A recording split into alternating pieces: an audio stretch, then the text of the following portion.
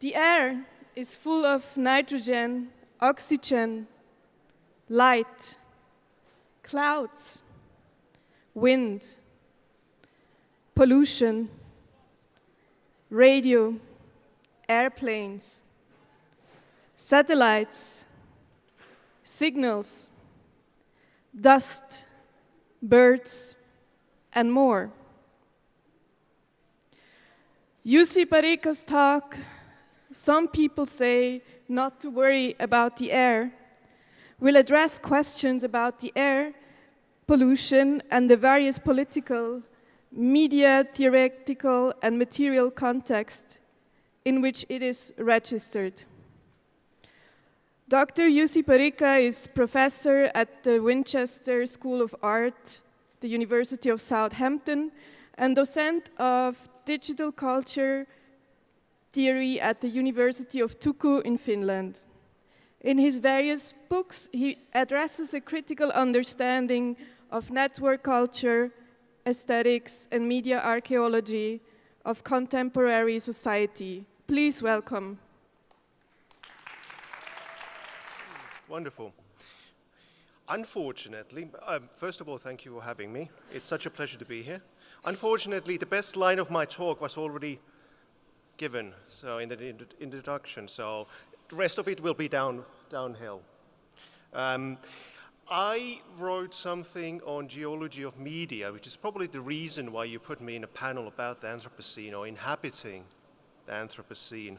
But I'm going to talk about something lighter, even if not disconnected from geologies of media. The ways in which I think about geologies of media is not only about solids, of tectonic plates and all that, it's about elements. Perhaps pre-Socratic, but not merely so. Some people say not to worry about the air. Some of you might even notice the reference. So, to be on time, I'll start. How does the future look like? No, but really, how does the future, the near future, look like? As if it was an image, as if it was an image that can be perceived and analyzed, approached as an image of time passing and the elements of time passing. Perhaps the question does not even make sense if we operate within a restricted notion of an image, except given the usual response to, well, look at science fiction, look at forms of simulations and scenarios, which have been part of the epistemological weaponry of future mapping. We have various images of the future since the Cold War, at least. Because this was the business of knowing the uncertain future since the Cold War. The various maps and schemes, preparation and scenarios that prepared for the worst to come, and now we know the worst arrived. Operational research was a way to mobilize game theory and different mathematical models to sort out potential reactions for indeed the near future and the apocalypse to come. If it's an image, the near future image comes out as imaginaries. It comes out as imaginaries of polluted landscapes and the various series of aggregated images where pollution or climate change crystallizes into something perceptible. It comes out as images that seem to refer to this. It comes out as the gas mask, the aerial image, the drowned cityscape, the panorama of waste spread across fields of some unnamed global south location. The so-called Anthropocene image, perhaps, is easily one that lends itself to an aesthetics or even anesthetics or aestheticization of the destruction within a moral economy of shock and disgust, which retains distance from any sense of how to operate within this ecology of images. So actually, perhaps we should be asking, what do you do with the near future? What do you do about the near future? It is very hard to avoid a certain apocalyptic mood that pertains to contemporary fiction and other cultural products. This apocalyptic mood applies to certain bits of theory as well. The sense of apocalypse cool pertains to the Anthropocene and its manifestations across the board, especially in some versions of the dark inhumanities, of worlds without humans and other human fantasies, and the level playing field for objects too, all a bit flat. There is no need to rehearse those arguments for the sake of academic introductions, but instead to use the time we have to develop a different strand of thought, because there are alternatives. The other type of non-human discourse is somewhat more historically attuned, recognizing how it was always anyway a rather significant epistemological battle to map the fringes of what counts as human and what not, a question with a broad range of repercussions, from legal issues to indeed human rights, and what is always left out of this history of the human as part of these images as operational social legal landscapes. Thus, as some versions of post-human thought, like that of Rosie Braidottis has been arguing, it is actually through lessons in feminist and post-colonial theory that we should investigate also questions of what else than just the human should be part of the theoretical vocabulary that gives an insight to the material contexts of our ethics, aesthetics, and biopolitics.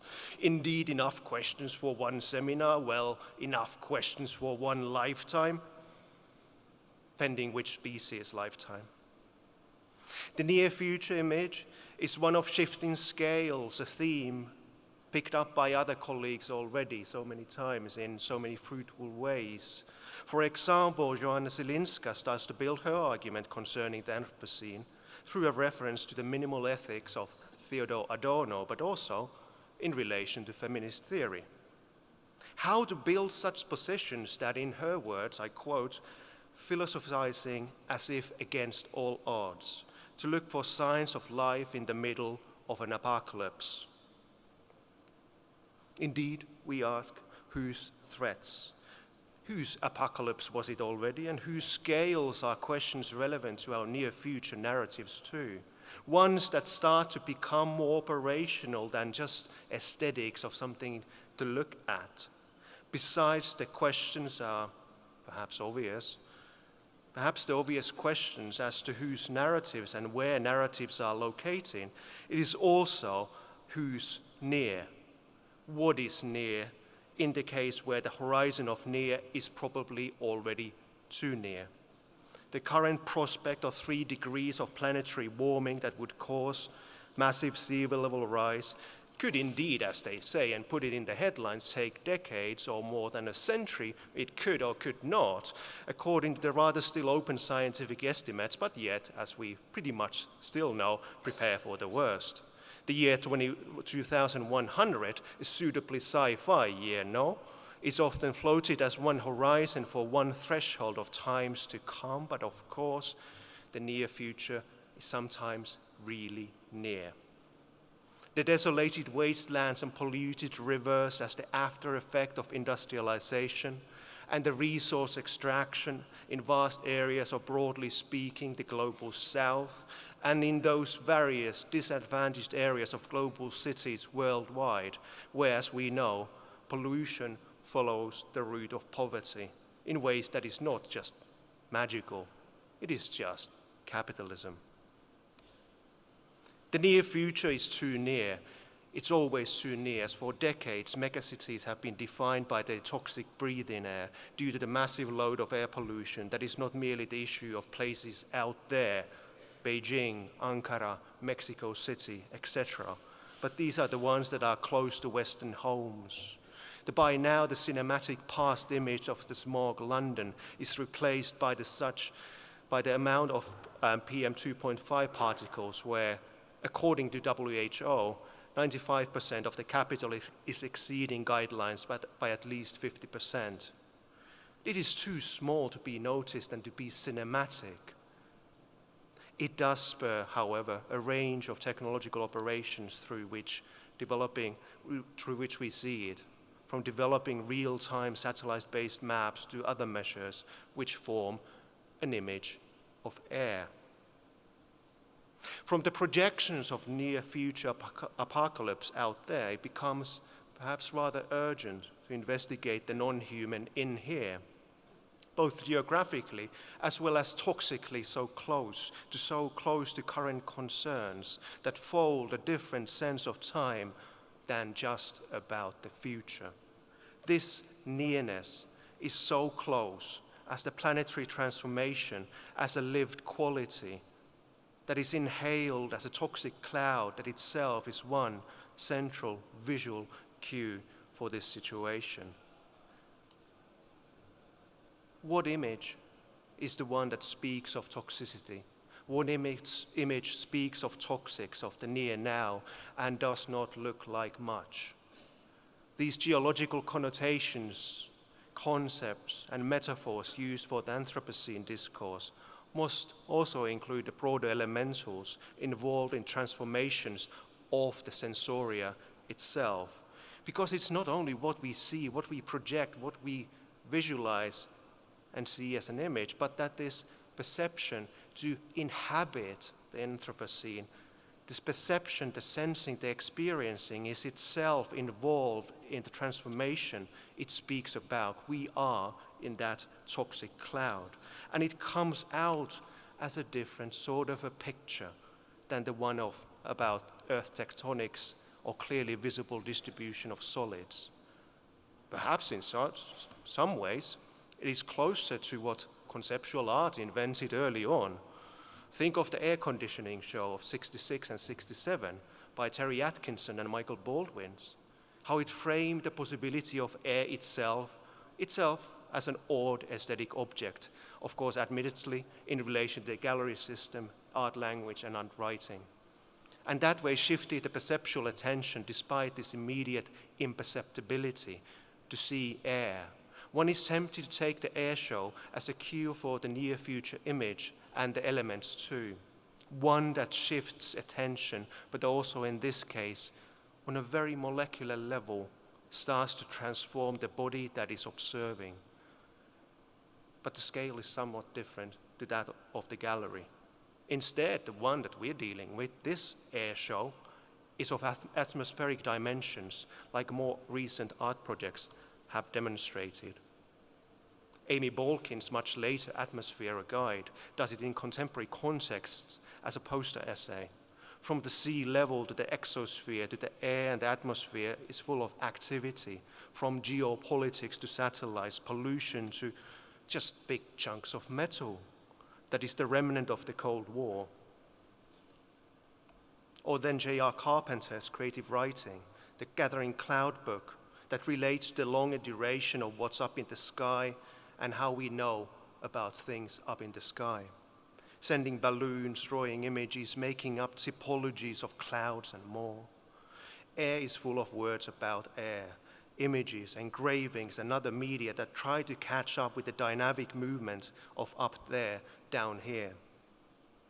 In other words, there is more in the air and the sky than meets the eye.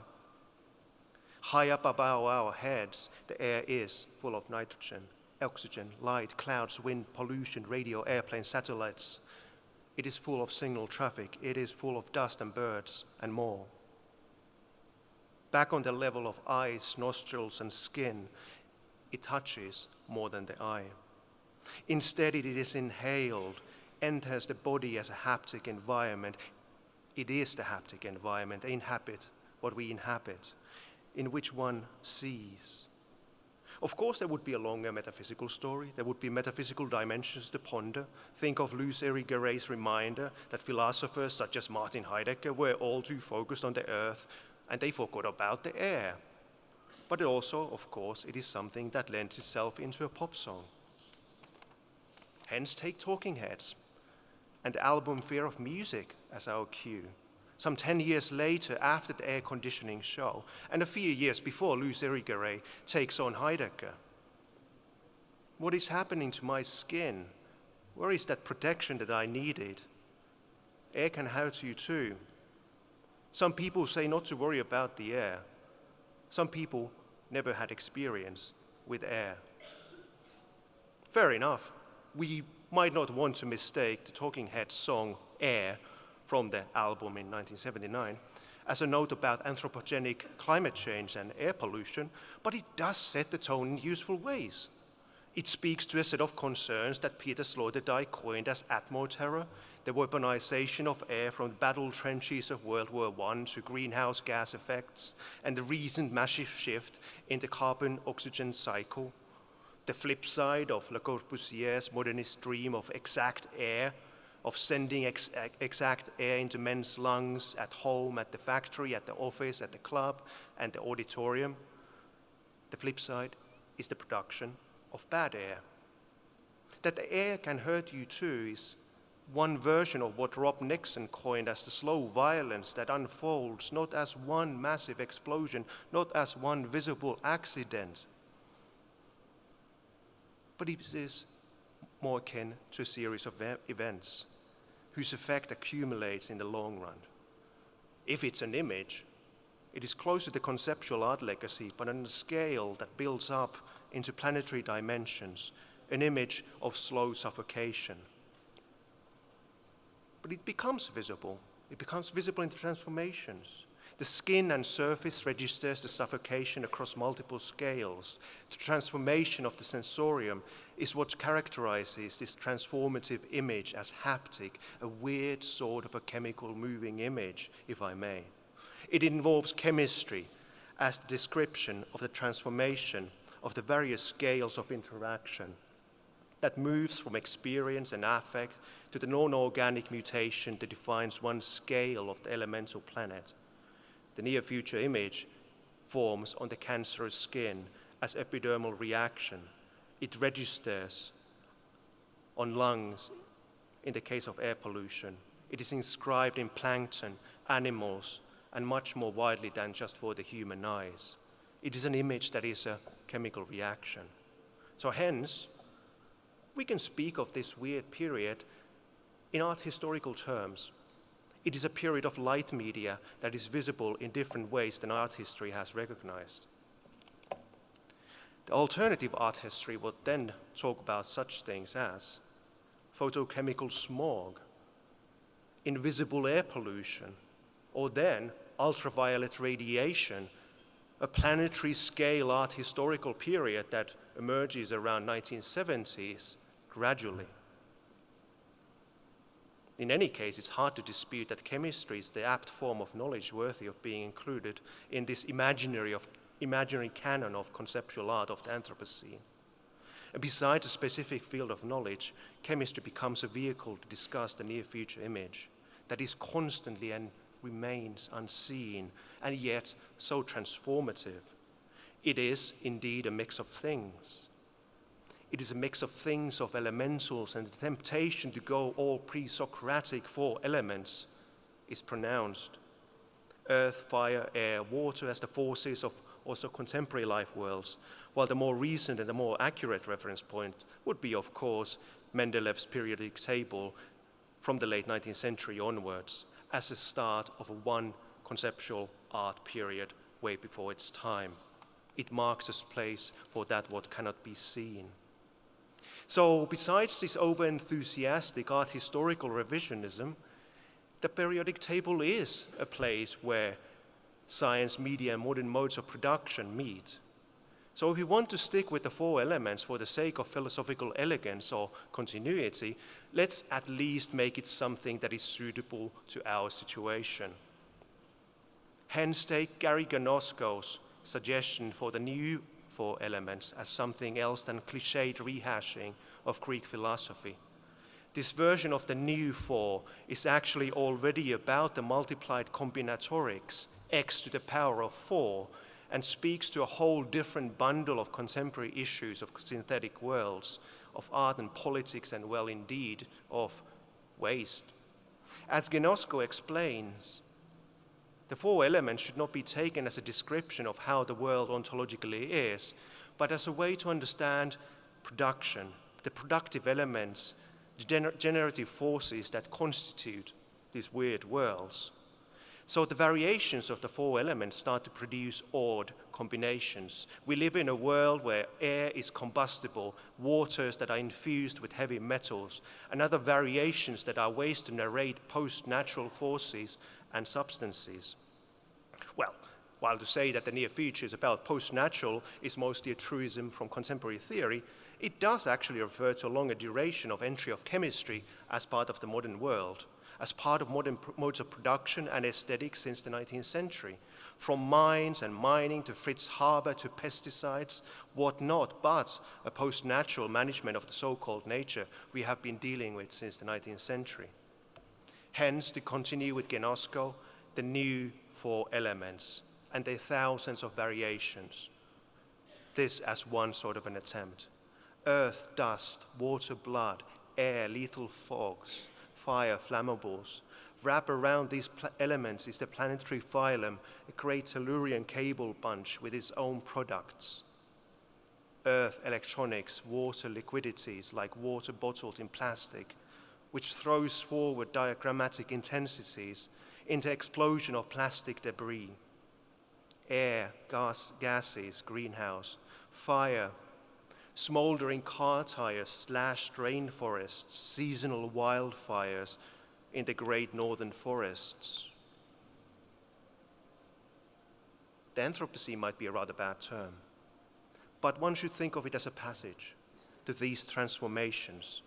The elements transformed make us worry about the air, the water, fire, earth, but also the sensorium of humans and others that is involved in this situation. How impossible it is to keep distance from the air, how impossible it is to keep distance from the near future and other temporal projections that are somewhat already now and that are somewhat already here.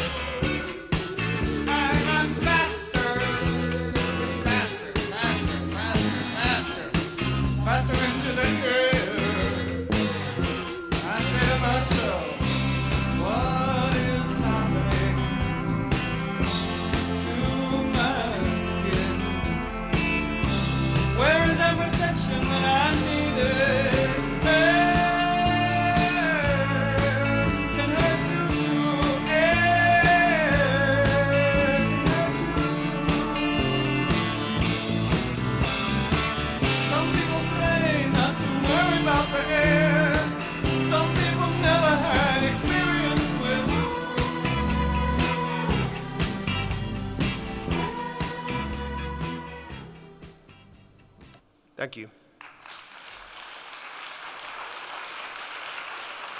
I'm glad to introduce you now Vanessa Lorenzo, a researcher and artist based in Lausanne. Currently working at Hybridoa, co-president of the Aquarium Biohackerspace of Renan, member of Hacteria and Utopiana, her work speculates on the potential impact of biology, biotechnology, and hacking and the do-it-yourself culture on our future world. She will introduce us to her final master project, Camera Obscura et les artefacts de l'invisible, that she has already shown at Le Commun here in Geneva and at the Touch Me Art and Science Festival of Zagreb. Vanessa Lorenzo, a cheerful welcome. Hello, everybody. First of all, thank you very much for inviting me and having me amongst this amazing constellation of people that I'm always so inspired by. Well, thank you for the introduction. It was quite long. Yeah, so apart from my design practice, I'm also a biohacker. That means that I learned biology and scientific protocols to include them in my design practice. Here, I learned techniques to integrate the non-human into my design practice as an ethical, political obligation of thinking in the more than human worlds of the technoscience and nature cultures. During these 20 minutes, I'm going to talk about my vision of inhabiting the Anthropocene. We talked a lot about Anthropocene before, but for those who came a little bit late, it's all about the mess that we have done in our planet Earth. Like in Nausicaa, in the Valley of the Wind, we have to deal with new ecologies of relations, ecosystems, and toxic jungles. This requires new stuff to inhabit that jungle, new sorts of objects.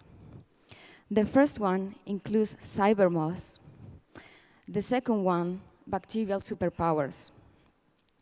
Both works as an extension of our senses, a sort of collaboration in order to guess what this Anthropocene is all about. Sorry.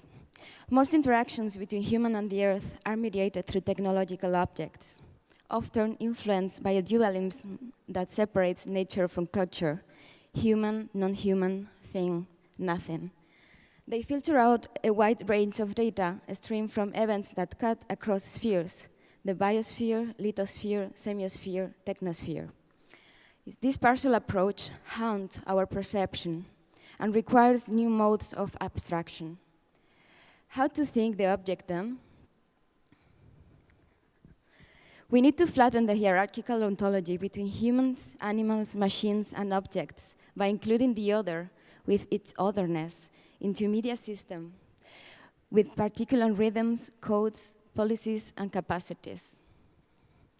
How to design without human scales, beyond human standards of beauty. When an intervening instrument, aka media, integrates the non-human people, it emphasizes their role to produce knowledge. We realize their agency, as James Bennett environment matter describes as the thing power.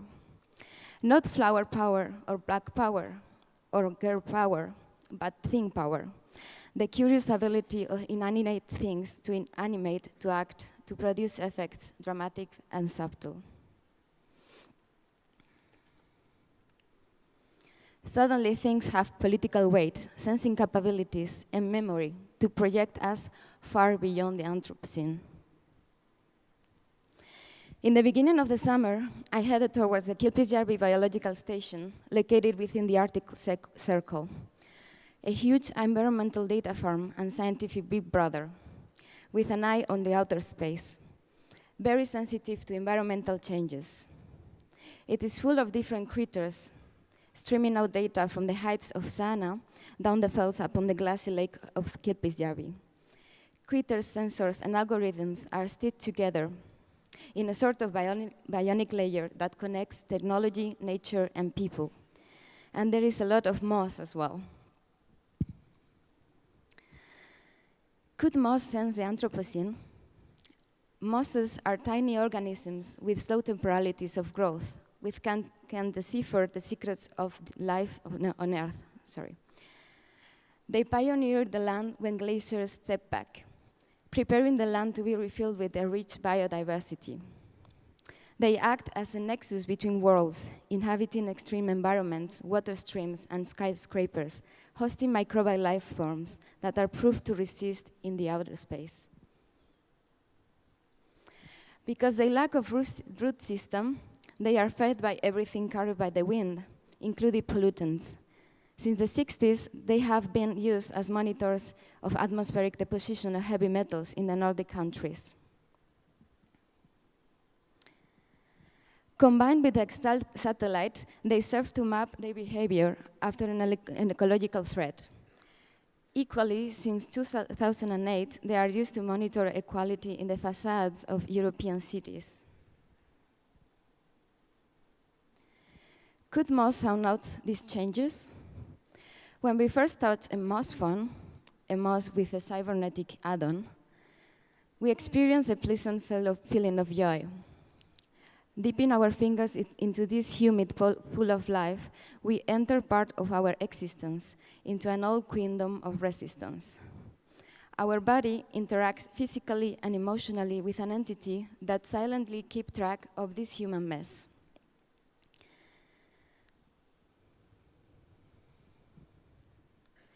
A metal thread would be carefully sewn into, creating a resisting body, a resistor that changes depending on density, humidity, and toxic particles trapped in the mini branches of the moss. When we caress it, The cybermoss vary its capacitance, altering the flow of electrons within the wires traveling towards the computer. The algorithm uses this data to modulate a characteristic noise of the area. This media ecology enables a dialogue that would be performed differently at every location. Moss under the polar caps of Siberia, mossy couch of Iceland, your local moss companion, moss in the immediacies of the nuclear reactor of Fukushima.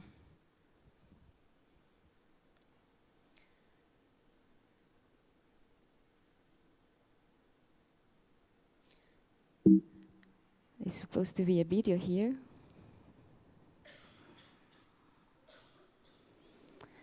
But technology doesn't want to work. But no worries.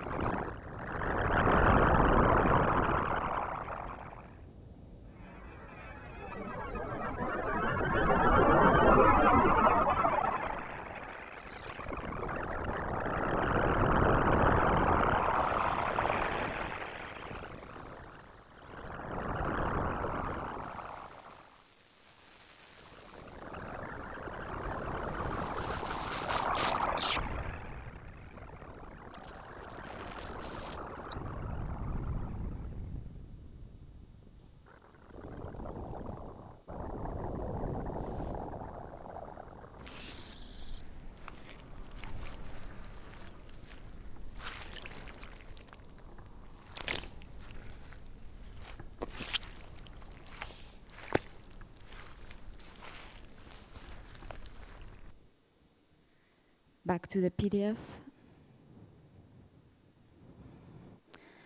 Okay. Environmental changes are often invisible.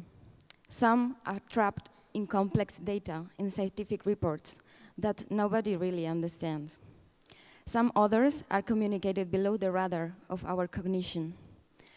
The unseen remains unknown. Therefore, we need tools to unveil it, to map it. As the hilarious Dr. Jacobi from Twin Peaks claims, we cannot see it without a cosmic flashlight, but guess what? I've got one. Camera Oscura and the Artifacts of the Invisible is a DIY biohacked open source tool to make visible the invisible pollution.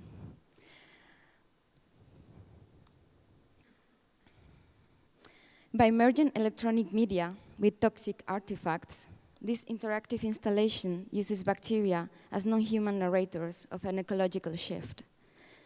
I use non-human here, meaning that we humans failed telling liable stories about some of our damaged ecosystem. Each society deals with their problems differently. By shifting the narrator, we tell stories that are unspoken at the social or political level.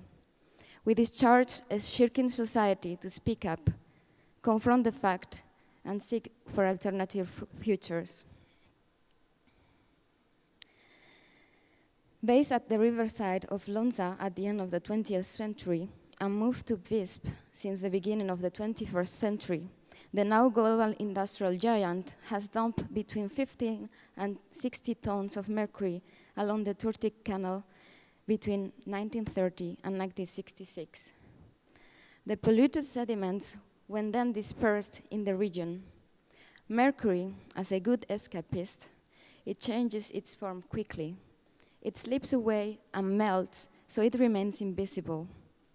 It is only seen when it makes a glitch in nature, a systemic flaw, or a disease.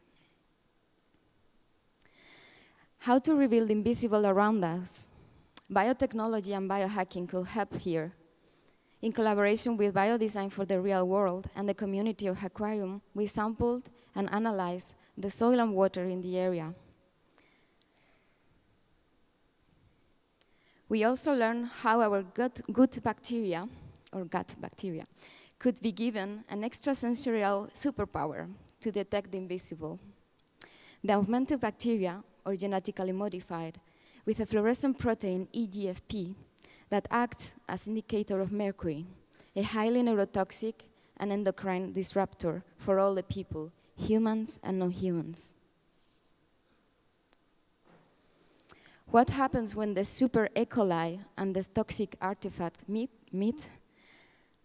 None of both are supposed to be there or meant to cope with each other, so they produce a sort of sublime blink. Like in a camera obscura, a representation of what is happening outside can be seen by the public through a hole. The super coli will turn fluorescent in presence of different amounts of toxic matter, visualizing memories of the village in different periods. Then the camera turns the fluorescence into beads of black drops that travel along the tentacular tubes, injecting a proportional amount of black ink in a jar of fresh water.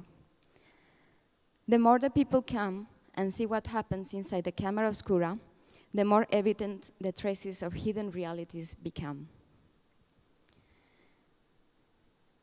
Again, there's supposed to be a video here.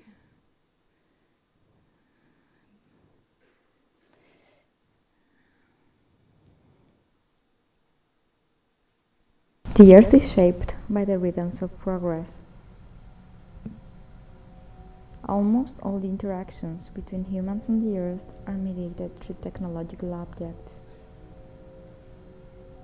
These artifacts capture the flux of culture and trade-offs between microbes, minerals, and humans across the Alps and its water flows. By connecting cybernetic arrays with scientific protocols, a narrative thread is unveiled.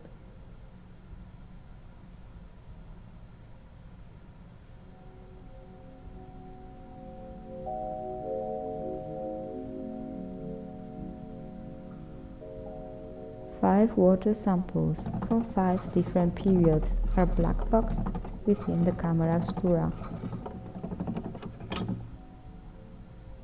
These vials are mixed with genetically modified bacteria that react in presence of heavy metals.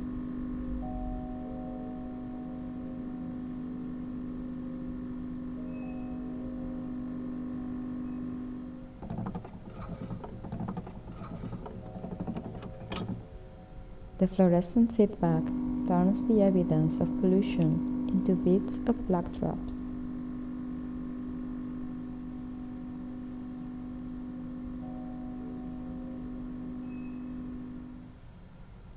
Traces of mercury travels through a tentacular system that brings visible the anxieties of progress in the Rhone Valley. Since the 1930s, an ever-changing mercury, a glitch, and a silent artifact.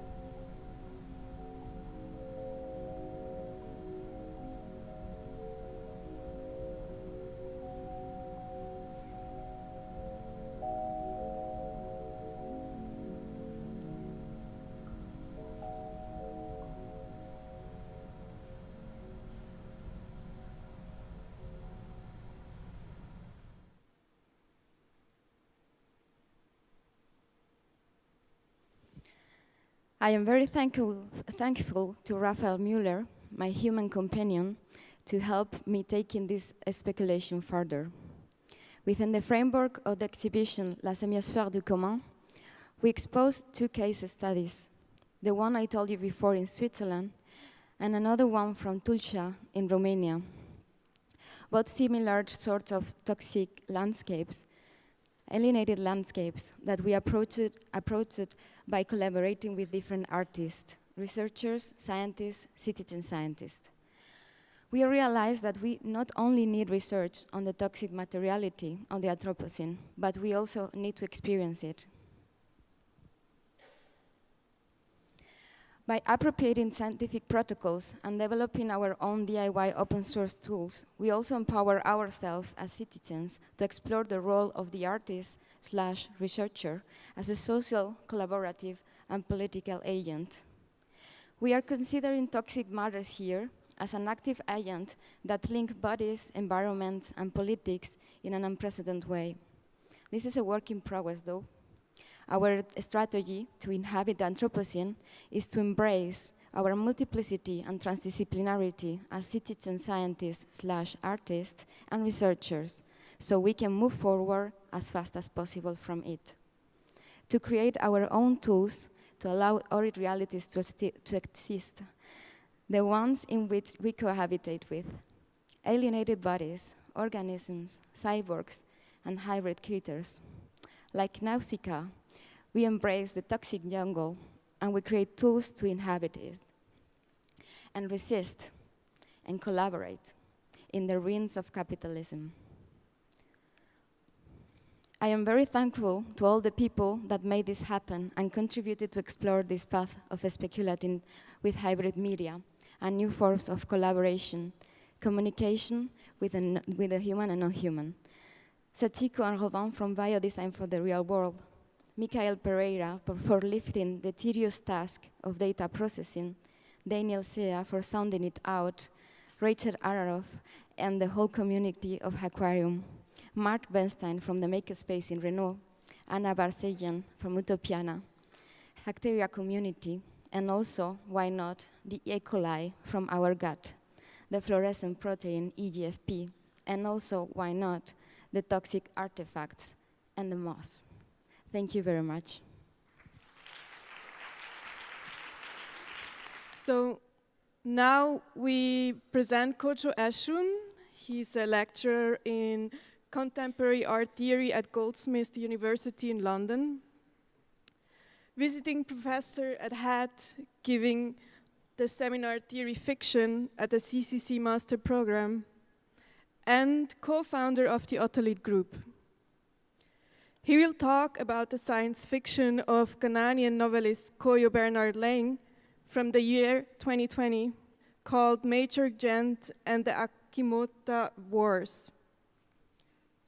Late's conflictual vision of the year 2020 poses problems and possibilities for the future thought of the science fiction futurities.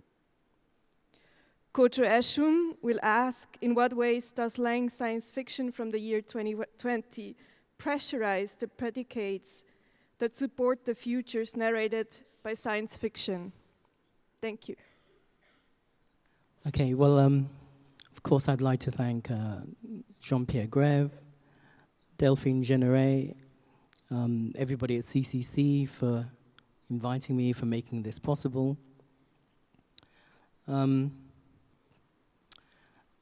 On my way to this presentation, I was observing everything and been fascinated by many aspects of today's presentations. And as is my wont, I'm a compulsive note taker. And at a certain point, I thought maybe I should frame today's talk. And to cut a long story short, I ended up writing another presentation, a presentation which kind of sets up the conditions for the presentation I was going to give. So I don't think there's going to be time to give what effectively is now 2 presentations. I think there's going to be time to give 1, especially because of translation issues. Hello to the translator. So I'm gonna go through this at a kind of steady pace, so that the translator can follow, and let's see where we get to. So as I said, I was going to talk about the work of the Ghanaian novelist and poet Bernard Kojo Lang, whose work, especially his 3rd novel, Major Gentle and the Achimota Wars, has, I think, major relevance for this for the kind of the set of arguments that were opened up by UC and by Vanessa. But as I said, I'm not sure if I'll actually get to that. Okay. So I'll begin. So in the last decade, many artists and many critics have criticized the fact that the prefix of Afro, the prefix of Africanity, the prefix of Africa in the term Afrofuturism takes little or no account of the futures produced in and from and by way of the artistic practices of the continent. These critics argue that Afrofuturism remains focused on the cultural practices of the Afro diaspora in the UK, in the USA, and in Europe. And so this critique argues that Afrofuturism effectively ends up excluding the histories and the futures and the theories and the practices produced by artists and theorists working in East, West, North and South Africa, the Caribbean and South America. This means the Afro in Afrofuturism is America-centric and Anglo-centric. What's more, its America-centricity attempts to monopolize the global diaspora of blackness. African Americanism globally encloses all blackness. It becomes the master term. That's the critique. And even more problematically, many people argue, the conceptualization of blackness is invariant. That means the problem with it is not the yearning or the desire to imagine a blackness in the future, in the near future, in the far future. It's the presupposition that that blackness will persist in that near future in the same way that it does now. So according to this critique then, Afrofuturism has difficulty understanding what the future will do with blackness. That's to say, it finds it difficult to envision the ways in which blackness will transform itself over time. It finds problems understanding how to narrate its ongoing transformation. By blackness, we mean what one critic calls a modern condition that cannot be conceptualized apart from the epochal changes in travel, in trade, in communication, in consumption, in industry, technology, taxation, labor, warfare, finance, insurance, government, bureaucracy, science, religion, and philosophy that were together made possible by the European systems of colonial slavery. And due to this complexity, we will never be able to say with certainty whether blackness starts before or during the Sugar Revolution, or whether slavery follows from racism, or whether racism follows from slavery. It is not so much a matter of what Afrofuturism will do with the future. It is a matter of what the future is doing with the human as an unfinished project. More precisely, it is a matter of what temporality or contingency does with race, understood as a continually reformatted division within the human species. It is a matter of an appreciation of what the future does to and with and from race, understood as an intrahuman technology. That's one critique. A second critique argues that the futurism in Afrofuturism fails to take account of spiritual and indigenous practices and technologies. And that's not only a critique of the European genealogy of futurism, it's more a yearning for a decolonization of futurism.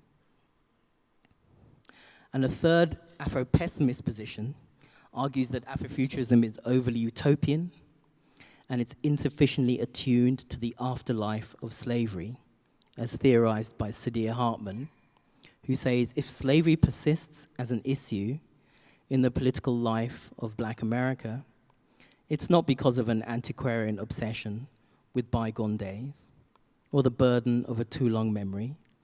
it's because black lives are imperiled and devalued by a racial calculus and a political arithmetic that were entrenched centuries ago. So these three critiques indicate the stakes that emerge from the claims for the future and for futurity that are narrated by futurisms. And these terms maybe need a bit of distinction. So one critic schematically distinguishes between futurity and the future.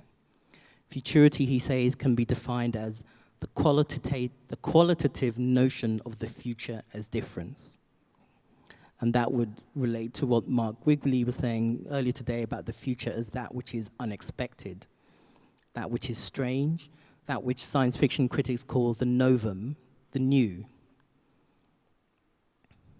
The strange, or we could say the weird and the eerie, of course characterized by Mark Fisher as that which would be an opening towards the strange. And it would be those writings or writers that developed an opening towards that strangeness.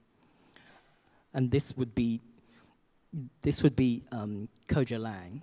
He would be a key figure in what we could call a kind of contemporary African weird.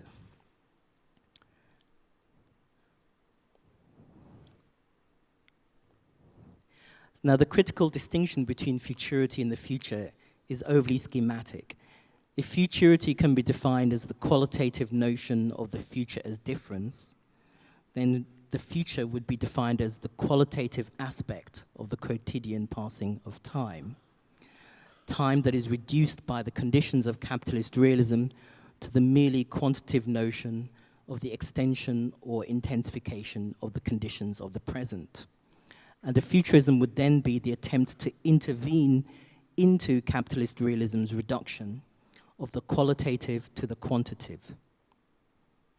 It would be an attempt to intervene in the future in order to maintain its qualitative aspect, to maintain its futurism, to maintain its futurity.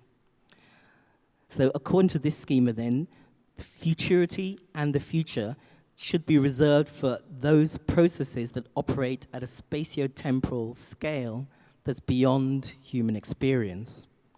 Some critics call this the speculative time complex, the speculative constitution of time, which opens up the future rather than the present as the condition for a societal order. So the futurisms then can be understood as an intervention that try to narrate the stakes, the ontological and epistemological stakes of the futures and futurities at the human scale of the phenomenal.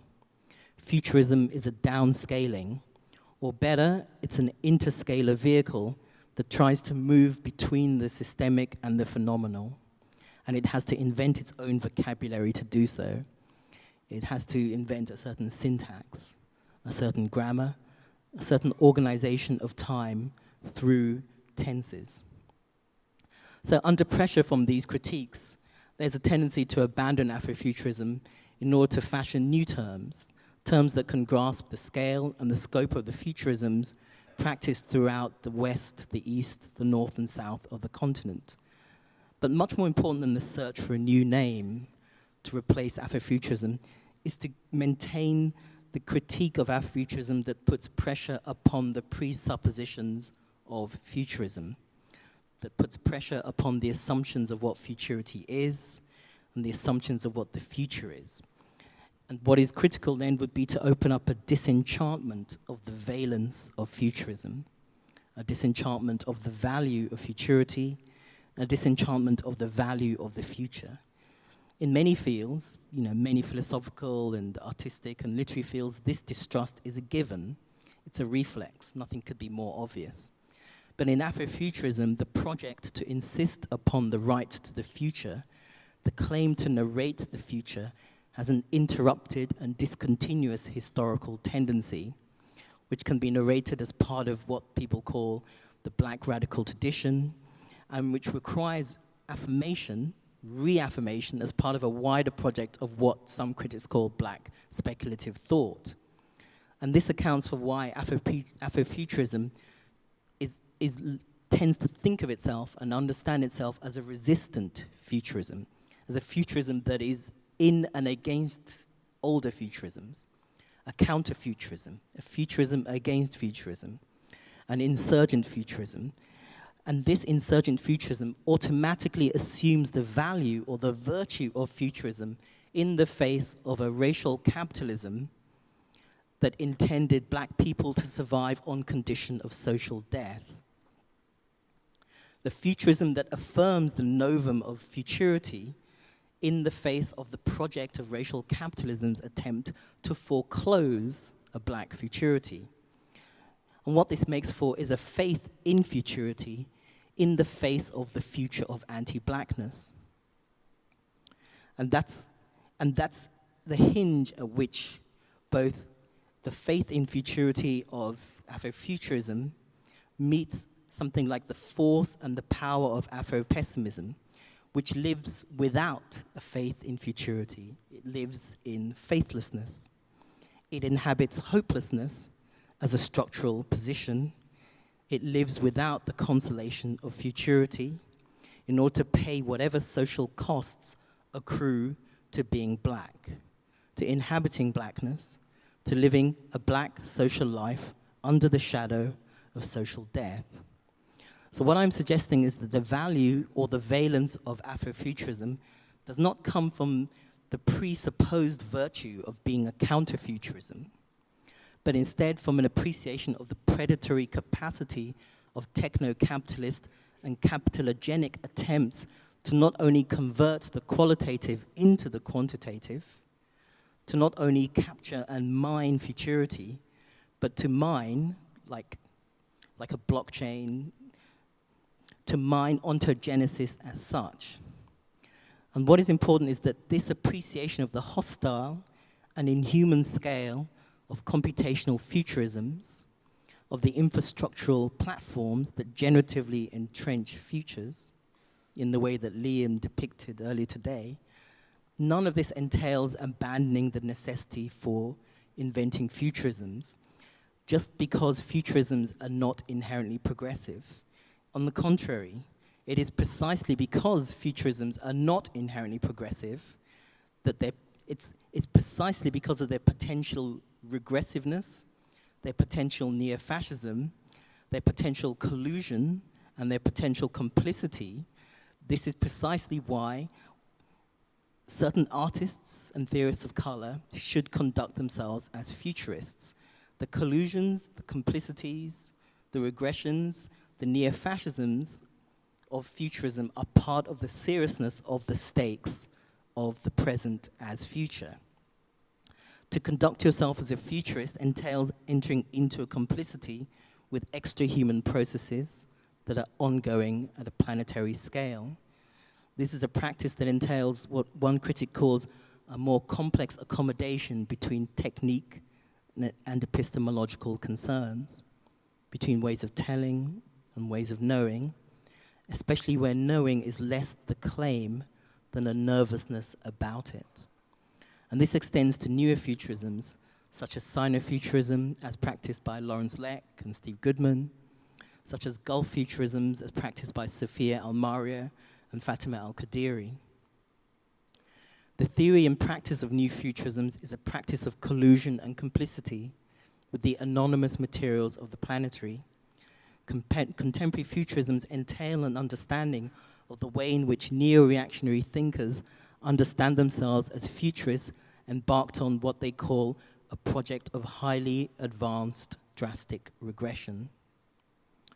What is critical is to situate this practice within the wider chronopolitical field, which some people call the speculative time complex, in which futures trading, algorithmic trading, 7-year plans, development proposals, military simulations, securitized preemptions, economic forecasts, all seek to extract, mine, and trade on the future. And what emerges from this is the understanding that the continent, by which I mean the 54 countries that assemble the continent of Africa, have never not been the object of what we could call the futures industry, an industry whose apparatuses, whose networks and whose devices aim to coerce consent for its preferred future. This is a laboratory for the production of predatory futures, hostile futurities, and complicit futurisms. Okay, I'll stop there.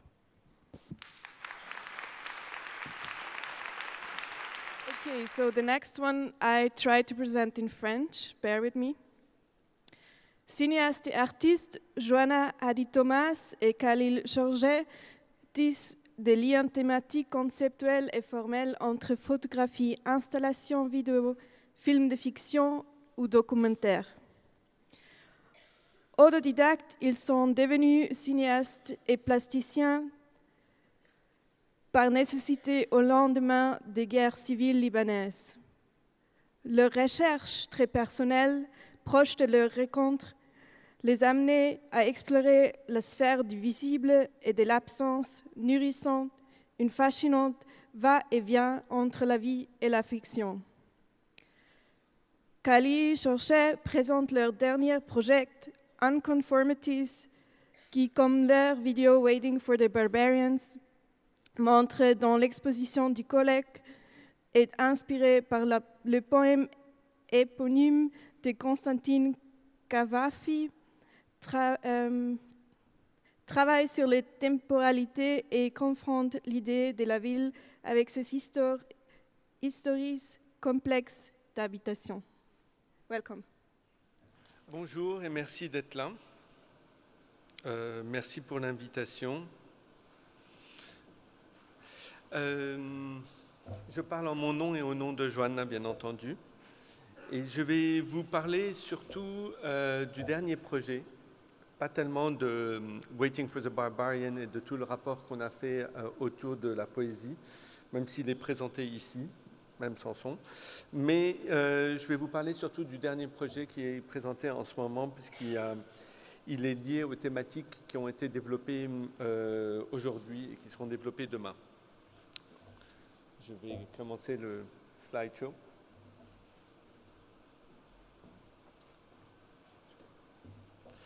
Donc, notre travail est en réaction à des contextes. On a commencé à travailler dans des contextes très spécifiques au lendemain des guerres civiles au Liban et qui ont constitué notre quotidien, c'est-à-dire qu'on a grandi dans une ville en perpétuelle destruction, mais en même temps, étrangement, en perpétuelle reconstruction.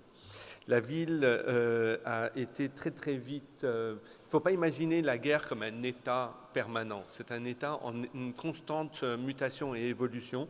Et donc chaque fois qu'il y a une destruction, il y a une reconstruction. Et ça, c'était très intéressant. Mais très vite, les traces de la guerre... ces traces de la guerre ont été tentées d'être effacées au moment de ce qu'on a voulu appeler la paix, qui était une paix assez étrange, il faut le dire, et qu'on a eu tout d'un coup énormément de projets de reconstruction. D'une certaine façon, Joanna et moi, c'est là ce qui nous a poussé à commencer notre pratique. On a commencé à compulser et à documenter notre réel qui n'arrêtait pas d'évoluer. On s'est intéressé aux transformations de notre environnement, la ville qui se reconstruit, mais aussi, étrangement que ça puisse l'être, aux spéculations immobilières qui remplacent les immeubles par d'autres toujours plus grands, toujours plus hauts. Il faut imaginer la reconstruction comme une forme de régénération avec son cortège d'intensité, mais également ses impasses, ses fantômes. On a beaucoup travaillé sur ces impasses et ces fantômes qui reviennent nous hanter. Joanna et moi, on ne s'est pas tellement intéressés à représenter la guerre ou la violence, mais bien plus à voir ce que la violence fait aux images elles-mêmes, aux récits et aux histoires, à la façon dont on la raconte. On a donc toujours voulu chercher à rendre compte de notre rapport à l'histoire et à échapper à certaines définitions.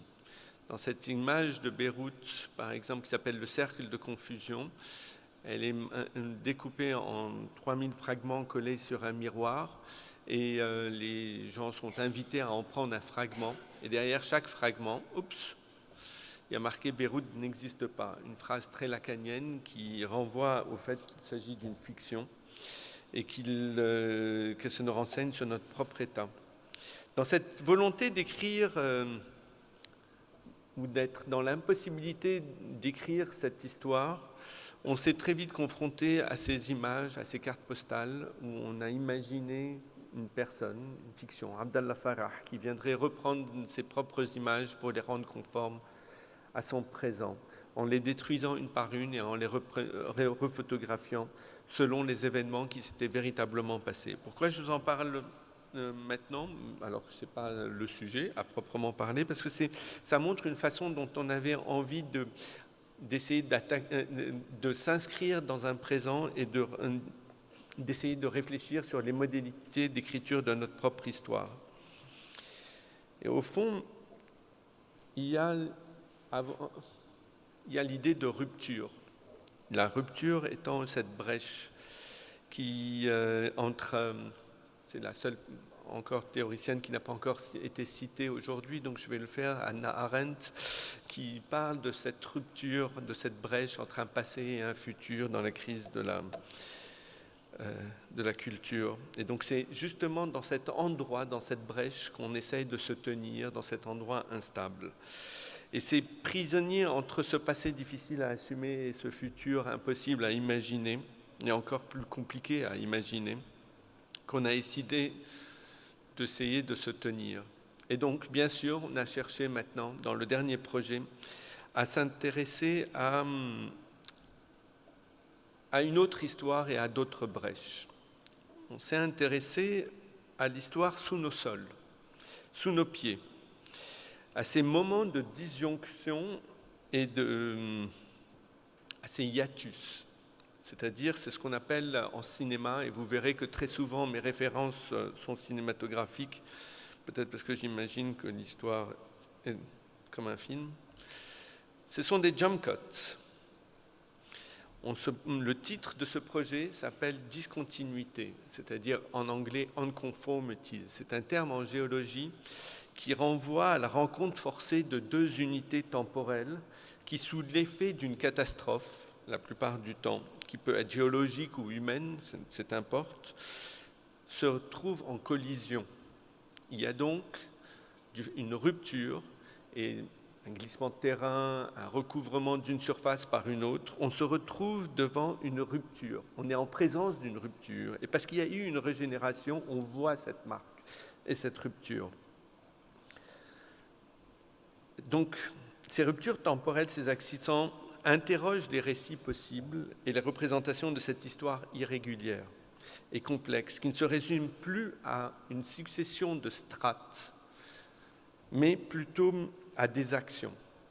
Pour ceux qui sont venus un peu au Liban, il y a des mythologies qui tiennent bon, qui disent que c'est une ville, Beyrouth est une ville qui a été 7 fois détruite et 8 fois reconstruite.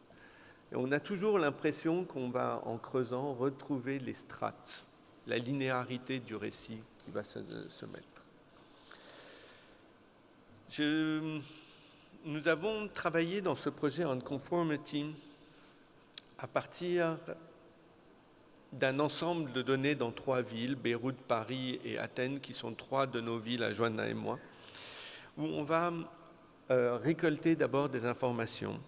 Et on va essayer de réunir l'expertise d'autres personnes pour nous aider à pouvoir représenter ses propres images. Donc vous voyez, ça c'est notre atelier à Athènes. Il était très beau, je vous le remontre.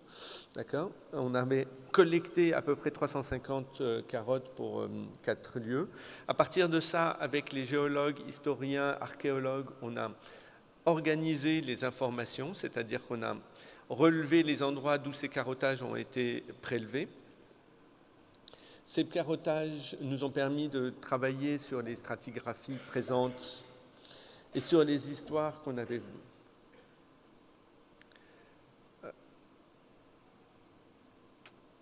On s'est toujours intéressé dans les 3 villes qu'on a voulu intéresser à des lieux qui avaient des occupations constante, on va dire, humaine. Mais on ne s'est pas intéressé qu'à l'archéologie, on s'est intéressé aussi à la géologie, etc. Mais on s'est intéressé d'abord à des lieux qui, historiquement, on savait qu'ici, il y avait une présence depuis très très longtemps. Donc, les forages, c'est ce qui nous a permis de réfléchir un tout petit peu à l'écriture de cette histoire.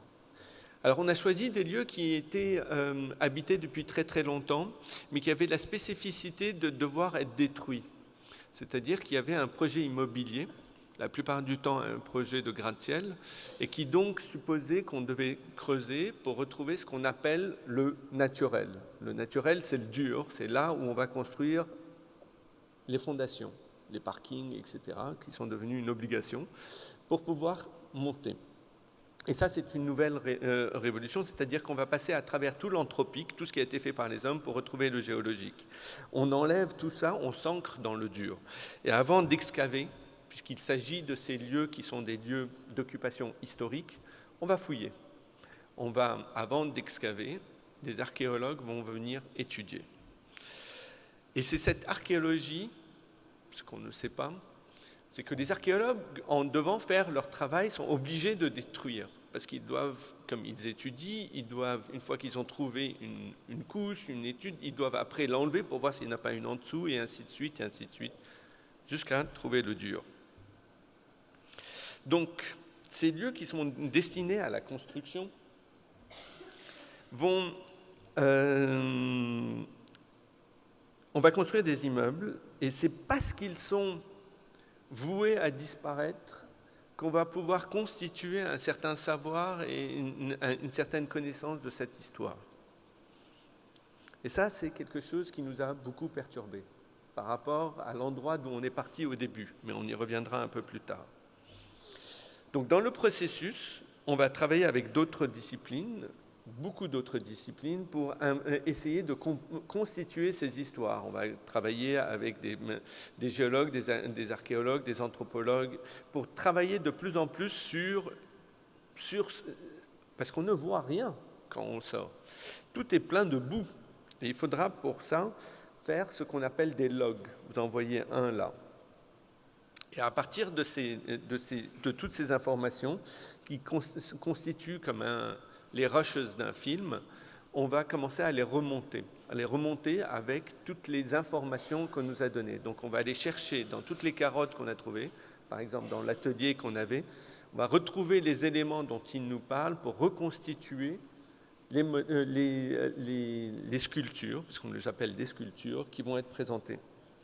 Par la suite, on va devoir travailler avec des laboratoires pour essayer de trouver des matières qui nous permettront de les figer. Ce qui est très intéressant, c'est qu'on a inventé avec un laboratoire qui s'appelle Factum Arte à Madrid, une résine transparente qui ne fait pas de bulles, qui n'est pas censée évoluer. Et étrangement, dans le temps, et puisque c'est encore exposé pendant quelques jours à Beaubourg, parfois une simple goutte crée de nouveaux artefacts. Et la résine qui est censée être inerte continue à vivre. Mais ça, on ne se l'est pas expliqué. Donc ce que je voudrais vous montrer à présent, c'est une vidéo qui fait partie de cet ensemble de travail qui s'appelle Unconformities et qui tourne, puisqu'on a parlé énormément d'actions, nous, quand on suppose des actions, on ne les limite pas simplement à des actions humaines, donc qui pourraient avoir un lien avec l'Anthropocène, mais on peut parler aussi d'actions climatiques, d'actions géologiques, etc. Il y a quelque chose d'un peu important, c'est dans ce travail de collaboration avec plein de disciplines, c'est une façon pour nous de réfléchir à la façon de déplacer notre regard. C'est quelque chose qu'on avait souvent tenté dans nos films, dans nos travaux, c'est d'essayer de voir autrement ce qu'on n'arrive plus à voir, d'essayer de changer de perspective pour essayer à nouveau de le percevoir, pour essayer de sortir de ce rapport zombiesque qu'on peut avoir avec le réel. Et c'est donner un corps, parce que c'est pour nous, ça vient de cette nécessité-là. Donc, d'une certaine façon, je ne suis pas un expert du tout en archéologie, en géologie, mais je trouve une raison d'être dans ce rapport-là, puisque d'une certaine façon, je propose une vue d'artiste. Cette vue d'artiste est une spéculation, mais qui nous permet d'imaginer, de reformuler, de représenter ensemble quelque chose qu'on a du mal à voir.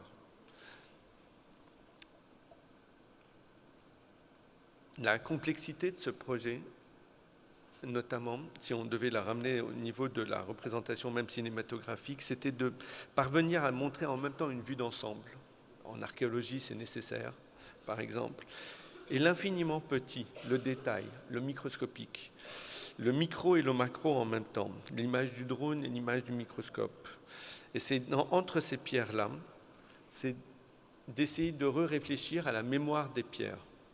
C'est-à-dire que, d'une certaine façon, les pierres gardent la mémoire de certains faits. Elles nous interrogent sur la façon dont nous, on a de réagir à certaines menaces, dont une des plus fortes, puisqu'on n'arrête pas d'en parler aujourd'hui, la plus éminente, la plus politique, mais peut-être aussi, c'est celle qui renvoie à Gaïa, mais aussi à l'environnement. De ces pierres racontent aussi le libéralisme effréné, bien sûr. On peut imaginer que ça renvoie à une araignée ou à ce que vous voulez, mais c'est pour nous, ça engendre d'une façon dont nous avons décidé d'y faire face aujourd'hui. C'est-à-dire pour nous, ça nous interroge sur notre présent.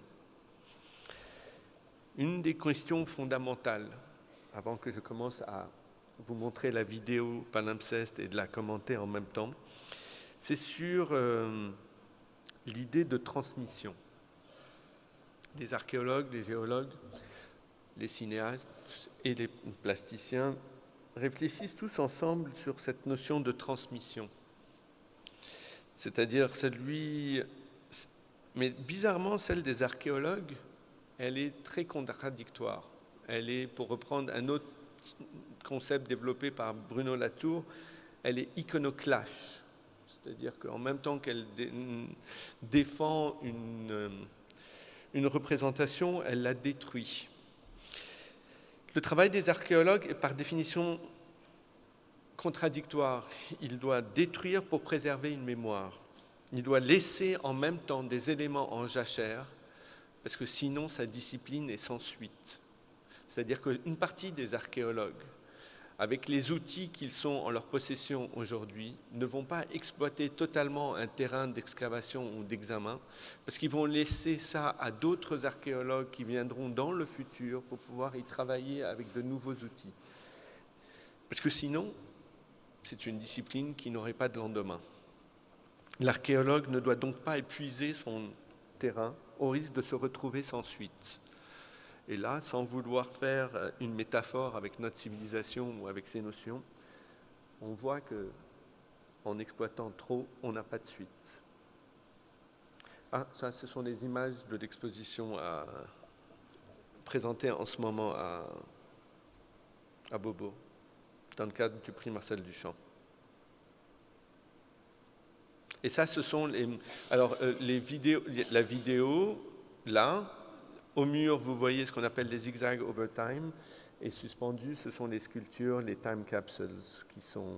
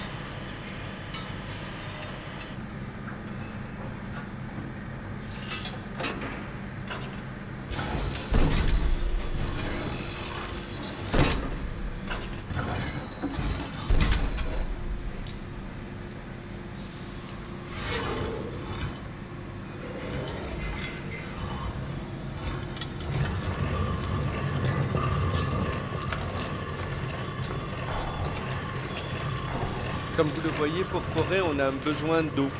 L'eau transforme la terre en boue, donc en gros, on n'y voit rien. Ça, c'est quelque chose aussi qui est très fascinant, c'est-à-dire que par la suite, les géologues vont devoir casser ces fragments. Ces fragments sont après déposés dans des boîtes comme les boîtes que je vous ai montrées par la suite. Elles sont préservées juste le temps de la construction et après elles sont jetées. À nouveau, c'est quelque chose qui nous a toujours intéressé, que ce soit quand on a travaillé sur les arnaques Internet, etc. C'est à partir de ce matériau impur et impropre et qui n'est pas préservé que nous aimons construire nos histoires, ce qui finit à la poubelle.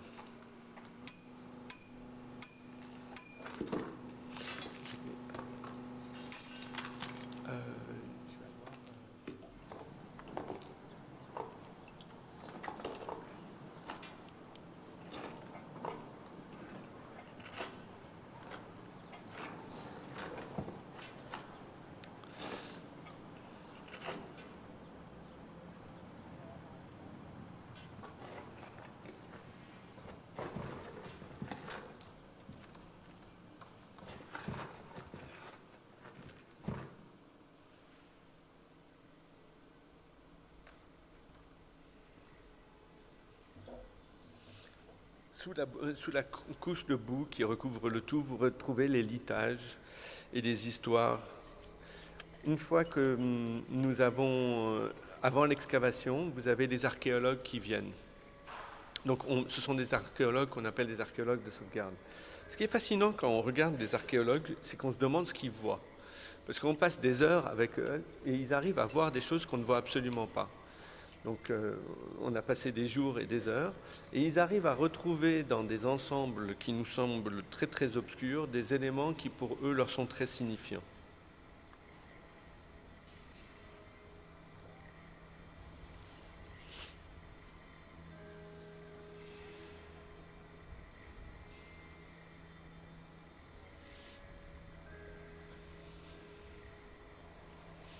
En fait, ce qu'ils cherchent, c'est ce qui a été touché par l'homme, ce qui a été fabriqué par l'homme.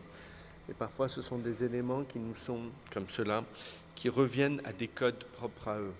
Voici, par exemple, des indicateurs d'occupation, où la Terre est passée par différents tamis jusqu'à pouvoir constituer des indicateurs de traces d'occupation.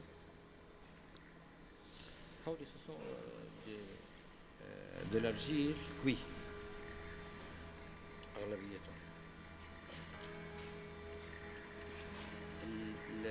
Ça, c'est des graines. Et en fonction qu'elles soient domestiques ou humaines, c'est un changement de civilisation.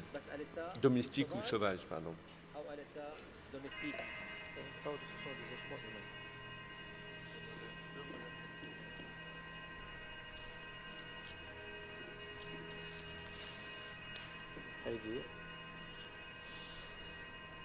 Alors au début, on est assez impressionné quand on tombe sur les premiers restes humains. Après, on se remarque que dans toutes les villes qui ont évolué ou qu'on creuse, on tombe sur des cimetières. Et comme je vous ai dit, ce sont des lieux qui sont destinés à être détruits.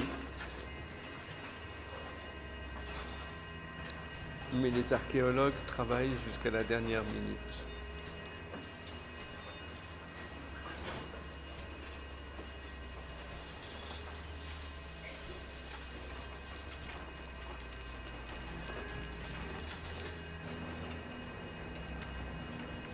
Je trouve cette image assez étrange.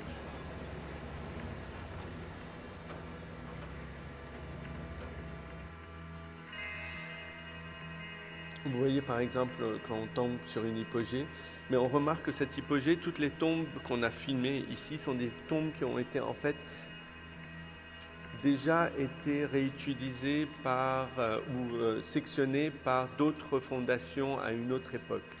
Donc c'est cette idée de recyclage permanent. Vous allez voir ces cercueils qui sont sectionnés comme ici par les fondations d'une autre civilisation. Donc c'est cette idée de palimpseste où on reprend les pierres d'une civilisation pour en construire une autre, cette idée de régénération, et puis cette image de l'hypogée qui est là. Je vais sauter un tout petit peu.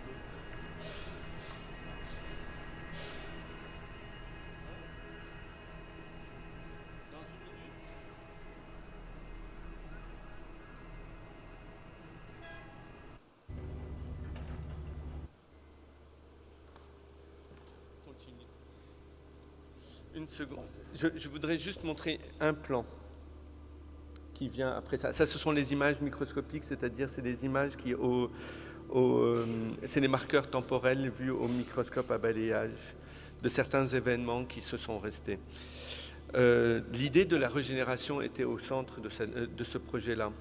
Et on a voulu montrer notamment ce plan-là qu'on avait filmé en 2007, après la guerre de 2006. Ce sont les ruines des guerres de la guerre entre Israël et le Liban qui ont été déplacées en bord de mer pour y extraire l'acier que vous voyez. Et le reste des pierres a servi à constituer un autre sol. Très bizarrement, on a créé une nouvelle terre, une nouvelle couche, faite elle-même d'autres couches, de plein d'autres époques, etc. C'est cette idée de régénération qui était fondamentale pour nous et qui nous a beaucoup intrigués. Parce que ce n'est pas simplement un jugement de valeur, c'est juste un fait. C'est un rapport avec le réel qui nous pousse après à dire est-ce que c'est bien, est-ce que c'est pas bien, mais c'est un étant donné. Et c'est à partir de cette image-là, je vais raccourcir énormément tout ce que j'ai dit et tout ce que je voulais dire, mais je vous remercie.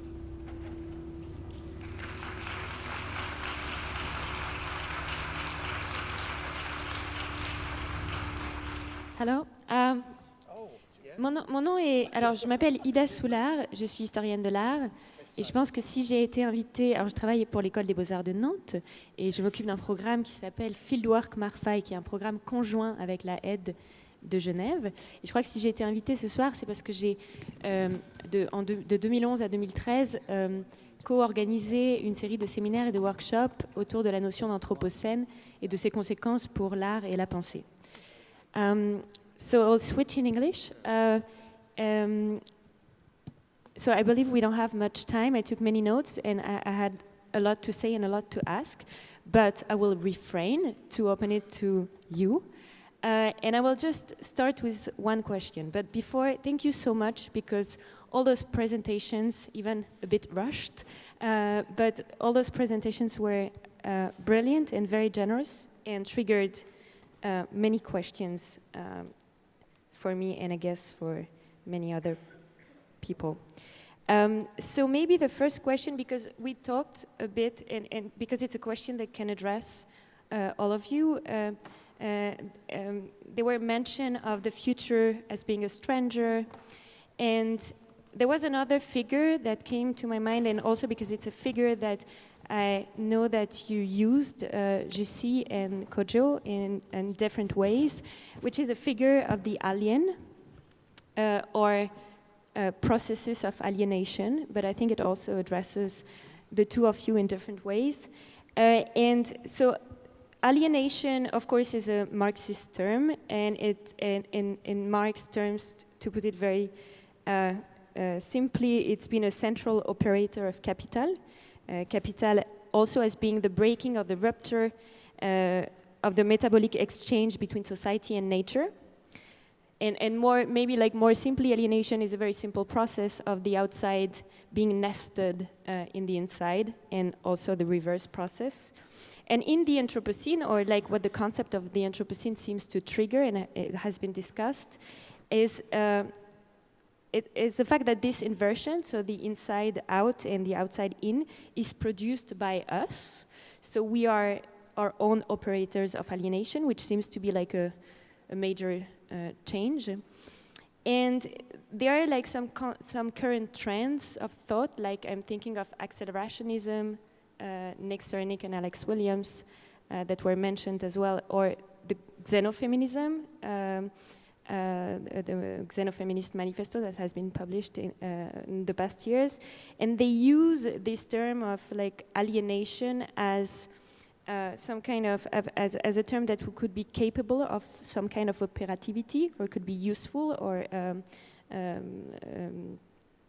as operative material. And so I was wondering, it can be taken like in a very literal way or in a more metaphoric way, but how this alien or alienation processes, as the outside being included or nested in the inside, was at play in your work, and how it could be like in some way operative for thinking also the future. So I don't know, maybe, I don't know who wants to start, maybe Kojo or Jussi? I can start by saying again, I think, was it Mark who used the same line? That's my usual line as well, that I can say something stupid, and then others will say something smart. I don't really have a direct answer because it's a really complex question. That sounds really like a cliche, what I just said, but it really is a complex question. It's complex because of reasons you kind of outlined really well. On the one hand, it has a long political history already itself, the concept of alien or alienation, both in relation to political economy, alienation from means of production and all that, but also in terms of questions of race, questions of that in a way came up as well, questions of race, questions of belonging, questions of these epistemological delineations of insides and outsides that are crucially so central to our geopolitical situation as well. What is there any bigger problem that, I mean, question at the moment that we are, again, kind of tackling with, in these kind of returns of these things that we thought we left behind, having to do with, you know, borders and whatnot. So I think the really interesting question is, how do we then play these wonderful lessons that we already had from feminist theory and post-colonial theory and whatnot into the picture that tries to address this so-called post-natural situation and this fuzzy situation between insides and outsides. We started with Mark's thing about that the inside of what we are is anyway determined so much by the outsides, and that's sort of a trajectory in relation to design, but that sort of is also at the very center of this political version of the new materialism that comes indeed from this side of Prydotsis and post-colonial theory, and that's to me where the really interesting questions lie. I don't have a clear answer, but it has to do with this intensification of these processes of capture, exploitation, that are both epistemological processes, that they are about knowledge of the body and the insides of the body, and they tap into these sort of neo-colonial forms of value production. Neo-colonial both in relation to planetary space, but neo-colonial also in relation to human space as mappable as part of these processes where the most alien is the stuff that is inside us, but also because we sell it, it's the most valuable of us. I don't know if anything valuable from quantified self would come out of me, but that's the logic of it as well. That's a bit fuzzy answer, but still, perhaps it's leading towards something interesting, and now somebody can say something really super smart. Go for it. So much pressure. So in the way that I work, the concept of alien, it takes kind of a positive meaning, because if you look at the dictionary, alien is something that can be out of the earth, can be out of the country, something that it doesn't belong, can be a strange particle that is not supposed to be there. An alienated landscape, for me, is something that is corrupted, it's damaged, but, and maybe that's not the right definition, but it's how I understand it. But I think, as you point out, the xenofeminism, I think they take that as a positive aspect, because I think that when you embrace your alien, or the alien in you, you empower yourself. If we embrace the Anthropocene, we can do something about it. Yeah. Thank you. I think the question of alienation is really, it's crucial at so many scales and and kind of across so many material aspects of reality. And maybe one way to focus it is to just draw people's attention to that image, which was supposed to be during my presentation. It's by it's a South African artist called Nikhil Singh, and it's one of 3 drawings which he did, which was inspired by this book, the Kojo Lang book, Major Gentle and the Achimota Wars, which is about it's about a kind of what they call the second war of existence. So it's about a total war in which it's not just humans fighting humans, but it's also cockroaches, rivers, mosquitoes, a golden goat, a pig, a monkey. I mean, it just goes on and on. This entire multi-species army of total war fight apartheid South Africa. This is set in '92, and it's set in the future. And so what he's done is draw like kind of images from that book. And it's not as if you can recognize these images from that book, because that book really suggests an animation.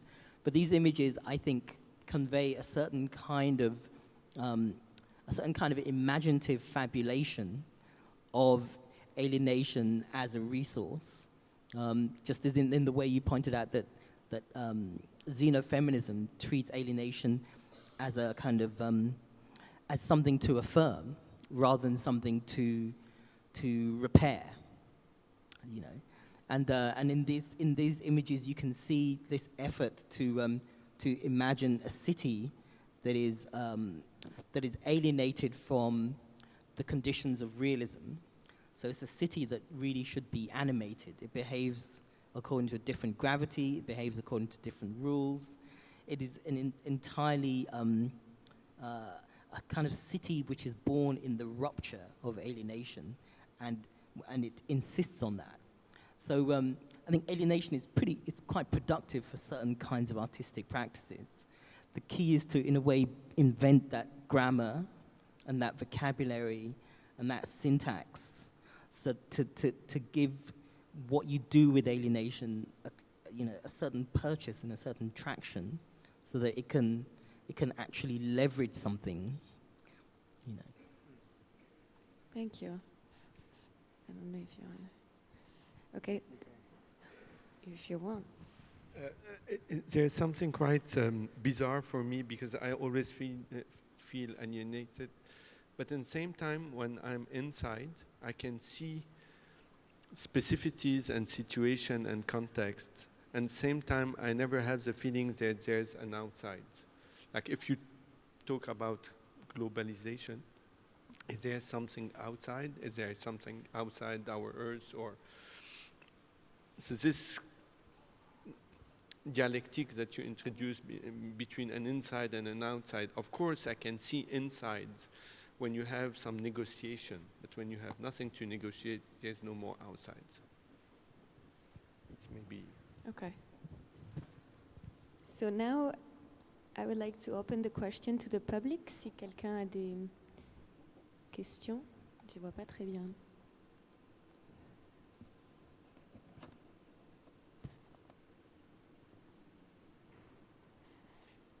Il y a une question là-bas.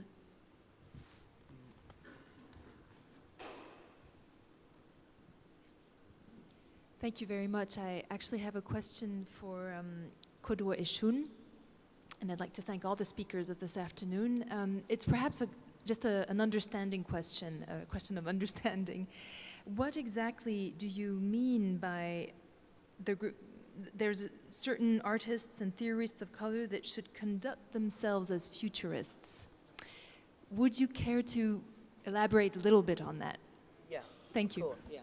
I mean, if you, over the last, let's say, 5 years, on visits to Johannesburg, to Lagos, to Accra, to Dakar, to Cairo, people will regularly engage me about Afrofuturism. They will talk about it, and they'll start off being enamored of it. But then, after a few minutes, they'll start to list a whole series of concerns they have. It doesn't address this, it doesn't work on that, it doesn't touch on this, it's insufficient. So this kind of brief outline I gave came out of, after the 6th or 7th talk in the 6th or 7th city. I thought, okay, there's a pattern here. There's people who take up a term and they have a discontent with it. So they want to work on, they want to invent a futurism, a futurism that speaks to their own forms of alienation. The only one to hand is Afrofuturism, but it's an ill-fitting one. So they're in a kind of argument with it.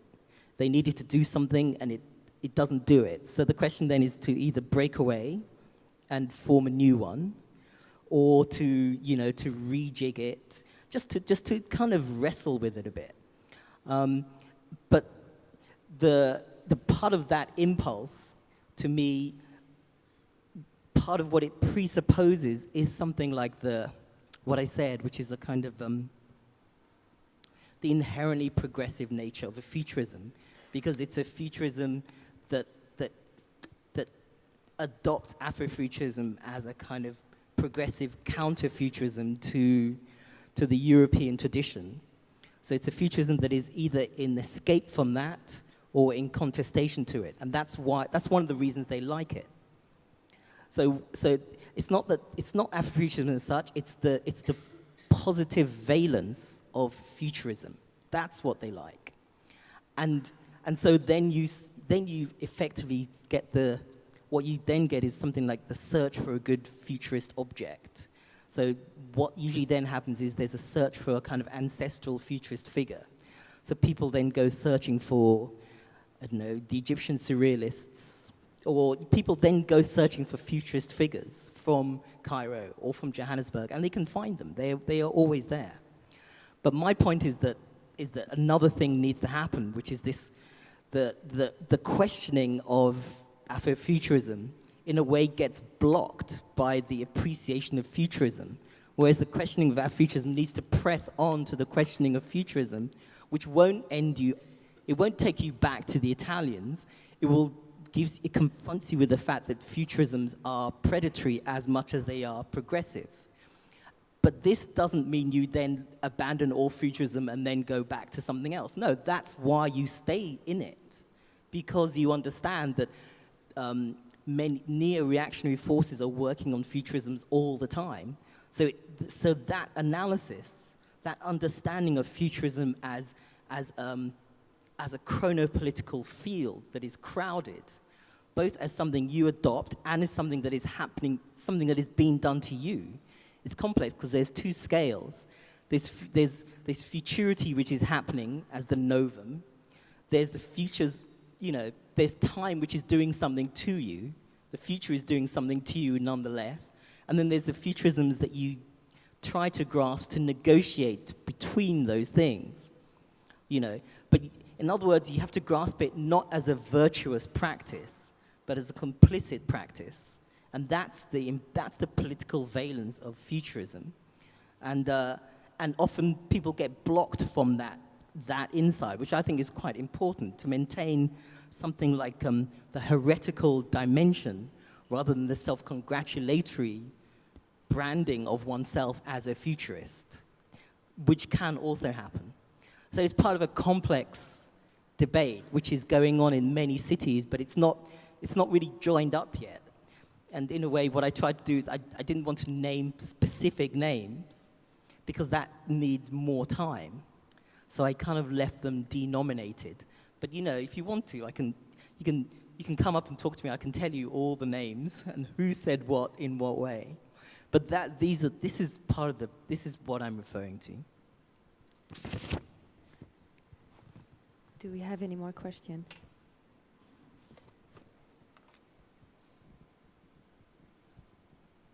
May I ask my question in French? It will be easier for me.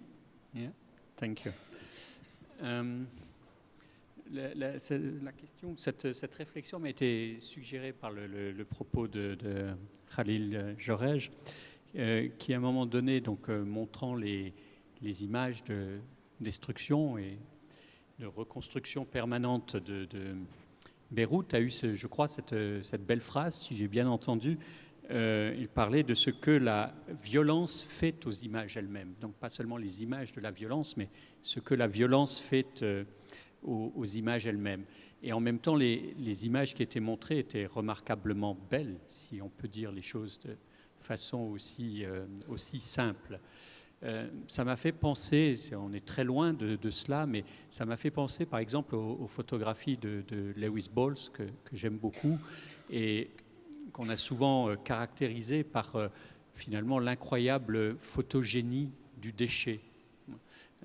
Puisque parmi les photographies de Lewis Balls, vous les connaissez sans doute beaucoup d'entre vous, il y a en particulier ces photographies de décharges publiques, de lieux de rebut, etc., et qui, à travers son regard photographique, deviennent formidablement belles. Alors, si l'on écarte la vieille théorie platonicienne qui est que la fonction de l'art, c'est transformer la laideur en beauté, la question que j'aimerais vous poser, c'est qu'est-ce qui rend possible aujourd'hui, semble-t-il, cette capacité esthétique étonnante de la destruction, de la ruine, de la violence et peut-être même du désastre planétaire? C'est encore plus compliqué comme sujet. On a grandi... what you prefer, in English or in French?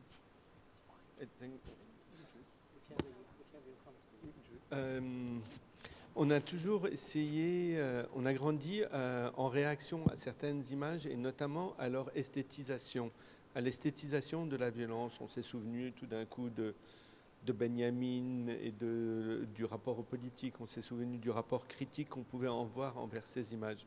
Aujourd'hui, il y a, non seulement il y a le rapport aux politiques, mais il y a aussi le rapport à l'affect. L'affect devenant tout aussi problématique que l'esthétisation. Et donc notre rôle est d'essayer de rendre compte de la complexité de ce monde et de ça, pour reprendre quelque chose de toutes ces couches temporelles qui viennent s'entremêler et se donner à voir ensemble. Alors j'aime bien que mes images puissent avoir une certaine puissance, mais ce n'est pas ce que je recherche. Alors, il y a certaines formes de représentation qui sont affectées par le réel, par les contextes, la narration, les formes de causalité, les formes de récit, ils sont troués. Et c'est parce qu'elles sont trouées qu'on y reconnaît la puissance de la catastrophe. C'est-à-dire que je ne crois pas au fait qu'on peut nous-mêmes décider qu'il s'agit d'une catastrophe ou d'une rupture. On ne voit la catastrophe ou la rupture que parce qu'il y a eu justement cette unconformity, cette rupture qui se marque dans le récit. On voit le trou, on voit le retrait. Jalal Toufi, qui est un artiste et un théoricien, parle du retrait de la tradition après un incommensurable, the withdrawal of tradition after a disaster. Je sais, c'est pour la gentille traduction en même temps, parce que c'est un concept un peu difficile. Donc c'est parce qu'on voit ce trou qu'on reconnaît par la forme du bord l'endroit de la rupture. Et c'est ça qui nous intéresse, c'est l'endroit où tout d'un coup on est acculé à se tenir dans cette rupture pour essayer de se projeter ailleurs. Et là, on a déjà dépassé le temps, mais juste par rapport à Kodjo et quelque chose, dans le monde arabe, on a travaillé sur un projet qui s'appelait la Lebanese Rocket Society, où on a découvert par hasard qu'il y avait eu un projet spatial au Liban dans les années 60 que tout le monde avait oublié, mais effectivement, un groupe d'étudiants, de l'âge de la plupart des étudiants de la HEAD, ont conçu, produit et lancé une dizaine de fusées pour l'exploration spatiale. Et on a remarqué par contre que dans le monde arabe, il n'y avait absolument pas de science-fiction. Et ça nous a poussé à essayer de réfléchir pourquoi il n'y a pas de science-fiction dans le monde arabe. We'll discuss it this night.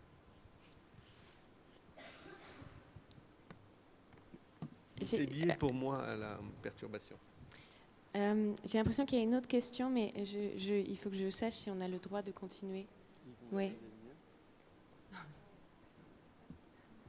Merci beaucoup for really a great panel and really great contributions. I mean, asking so many futuristic questions and horizons. I would like to connect to Josie's talk, which I appreciated very much, regarding the proposal for a new understanding also of the image. Because, I mean, you talked about that the phantom image, the operational image, the image that cannot represent anymore in the traditional sense, and you're referring to the necessity to think of a planetary dimension of art history, which I found quite compelling. I mean, to also propose as something that is not the universalistic claim, but nevertheless proposes something to articulate and relate to global processes.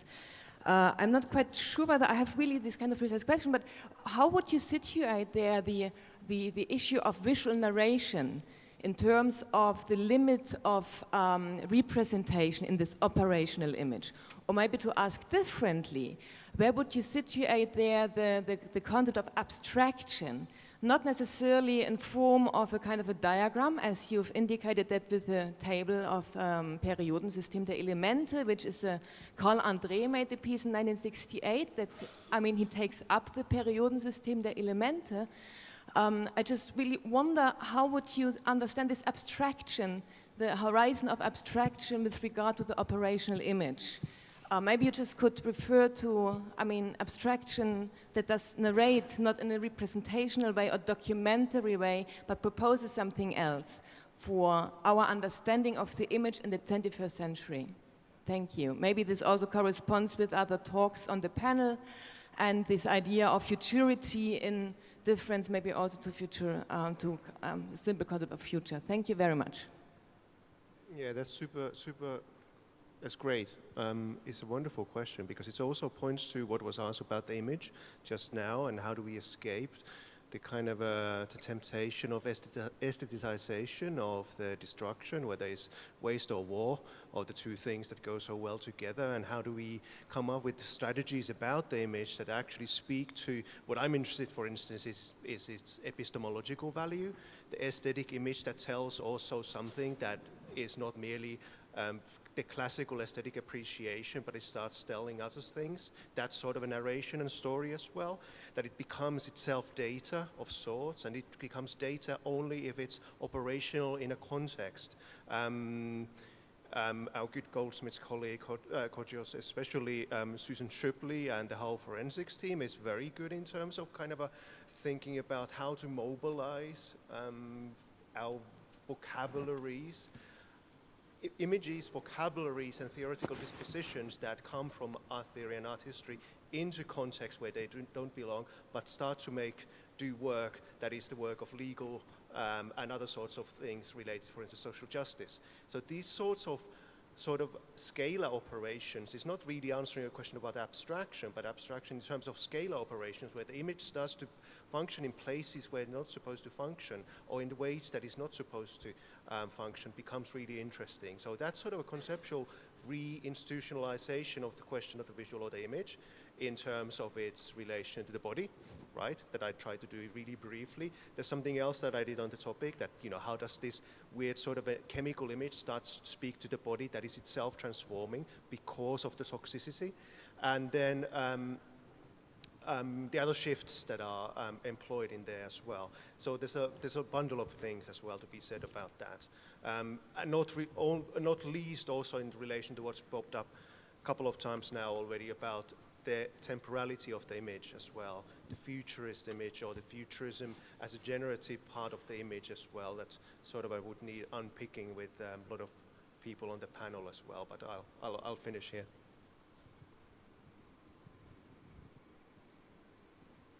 So I think we should stop now. I'm sorry, but we can continue the conversation after. Merci beaucoup. Merci encore, Jessie, Kodjo, Vanessa et Khalil.